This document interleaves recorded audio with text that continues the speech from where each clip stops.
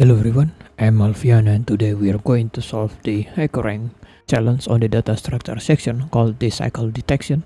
And for this challenge, the description says a linked list is said to contain a cycle if any node is visited more than once while traversing the list. Given a pointer to the head of a linked list, determine if it contains a cycle. If it does, return 1, otherwise return 0. And for this sample, we have head that refers to the list of nodes, which is 1, 2, 3, and then null, since it is not cycling anything. And 3 also leads to the null, which is the end of the node chain, and the numbers shown are the node numbers, not their data values. There is no cycle in this list, so return 0. And if you notice something, it returns 0 and return 1. And the static boolean function we have called the hash cycle function that expects a boolean value instead of integer 1 and 0. So to get around this, we can expect 1 as the true and return 0 as the false value. The function itself takes one parameter in a form of singly lineage node class called the head parameter. And if you want to use something else other than Java as the language, then go ahead, I encourage you to do so. And the function description says complete the hash cycle function in the editor below as following parameter like I described earlier: pointer head, a reference to the head of the list, and the return, we return true if there is a cycle or return false if there is not. And if the head is empty, then the head will be null, so we return false. And we have the constraint of inclusive 0 of the list size to the 1000 of the list size. 0 is it is possible that the head singly linked node is equals to null, so we can use the if check to check the edge case. If the head is equals to null, then we return false as the answer, because the null is not considered a linked list with the cycle, like the picture of the second picture right here. And for the sample input, reference to the each of the following linked lists are passed as arguments to our function. We have head and then the next node, which is equals to null, then it's not resembling anything like a cycle of the linked list, so we return false. The sample output is return 0 or false. And the next picture, we have the head of 1, which points to the 2, then 3, and points to back to the 2 again, and then to the 3 again. So for the output, we have the 1 or returning true. And then we can add a check if the data as we traverse upon the linked list to check if the current node is contains from the previous node that we already traversed before. We have the value 1 or the data 1, and then we assign this as our history, and then we assign 2 as the history, then we assign 3, and then if it finds the previous data that we already assigned, then we need to return true. So to solve this out, we can simply return the singly linked list node, declare a current node that takes the head as our pointer of the head, and we use the current instead of the head to traverse over the linked list chain. And then we can add check if while loop, then while the current is not equals to null, then of course we move the current equals to the current dot next property, and then we traverse upon the linked list currently in the 1, and then the is in the dot next, we assign this as the our current head, moves to the 2, this is the current, and then moves again to the 3. And if the first example we have 1, since the next equals to null, then the while loop will stops and we return false, because this linked list is not containing any cycle at all.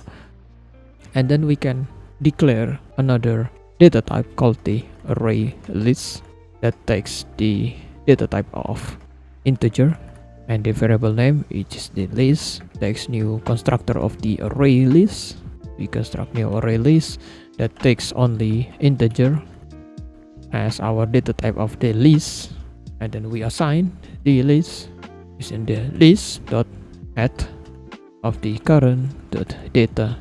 But before that, we need to check if the list contains the previous data in the contents method, the current dot data, passing the current dot data property. If it is, then we return true. So let's run the code to see if it works. And we have congratulations, and we got the real answer. While submitting, we have the wrong answer, even though we already solved the code from the running code. So it is considered a false positive because we were working to compare the previous data, not the entire node reference, to see if it's a cycle or not. We only compare the previous data to check, like this one. We have data of 1, and then we have data of 2, we have data of 3, and we have data of 1 again, and then we return true, even though the one of the last node returning to the null instead of the returning to the cycle, which is 2 and then 3 again, and then go back to the 1 again and cycle infinitely. So that is what most people get it wrong. And to get around this, to see if we hit the reference or not, if we hit the cycle or not, instead of using the previous value or previous data as our answer, we need to check the actual data by creating another implementation. So before we move to the next page, so let's run the code again to see why is it false positive. And we have time limit exceeded. Our code did not execute within the time limits. Please optimize our code. What happens with the time limit exceeded? And for this one, we have the correct answer, and for the test case one, we have the wrong answer, because the test case one is pointing to the infinite cycle of the 2 and 3, and 3 points to the next node, which is 2, and point to the 3 again, and points to the previous node of the linked list. So that is why we hit the time limit exceeded, because the while loop did not find any of the current equals to null at all, unlike the one from the test case 1. There is one points to the dot next, which is null, and then the while loop stops and we return false. And this one, it is not returning null at all, so that is why we hit the time limit exceeded, because while loop is not stopping at all. To get around this, we need to implement something like a case of a tortoise and a hare cycle check. What it means by tortoise and a hare check, it is simple. By checking, let's say we have a tortoise that checks only 1 at a time.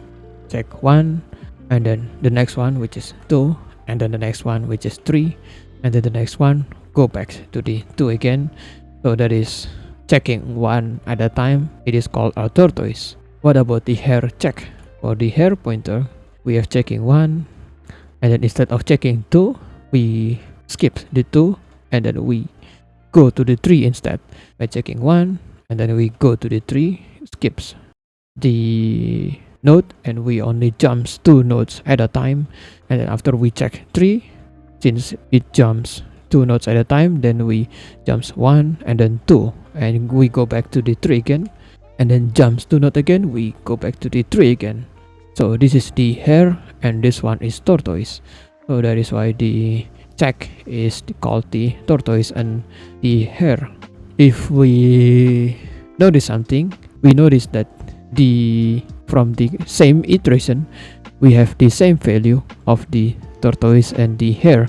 They both meet at the same node, and that way we can use this one, we can utilize this one as our answer. Check if the reference of the current iteration of the tortoise and the hare points to the same node, and then we return true as our answer. To implement this, we can change the current. To select everything from the current, we can change the current as the slow one, using the slow, or the other name as the tortoise one, and then we can add another pointer using the simultaneous node called the fast node, the fast variable that also takes the head. And then instead of using the slow equals to null, then we can anticipate if the current fast node is not equals to null, and also the next one, fast.next property, is also not equals to null. If it is not null, then of course we execute over the slow equals to slow.next, moving one at a time, and the fast node will move two at a time using the fast.next and then .next again. And then we can add the check using the if the slow pointer is the same as the fast pointer or the current node. Instead of using the .data and fast.data, we use the reference of the entire node instead, and then we return true if it is. Then we return true, and we utilize the tree of the head instead of the data. What it means by the head, let's say we have the head of the one, and then move the tortoise move one at a time, and then the head points to the 2 and then points to the 3, .next points to the 3, and .next which points to the 2 again, .next point to the 3. And as we move the tortoise to the 3, and the head of the 3 node points to the next, which is 2, and the .next again points to the data of 3, and that is the tortoise one. And the hare one points to the 2 again and points to the 3, just like the 3 node of the current head state of both at the same iteration. Both tortoise and hare points to the same head of the 3, and hare also points to the 3 as the head node. And we return true if it meets, then we return false if it's not. And the other name of this algorithm is called the Floyd cycle algorithm. You can look it up on Google or Wikipedia if you want, or other YouTuber. So let's run the code to see if it works. So let's submit the code. Okay, so that's about it. I hope you understand my explanation. If you still don't understand, you can ask me in the comment section, or if you have any better solutions regarding this challenge, tell us what you think in the comment section. Thank you for watching the video. I hope you have a great day, and I will see you in the next video. Goodbye.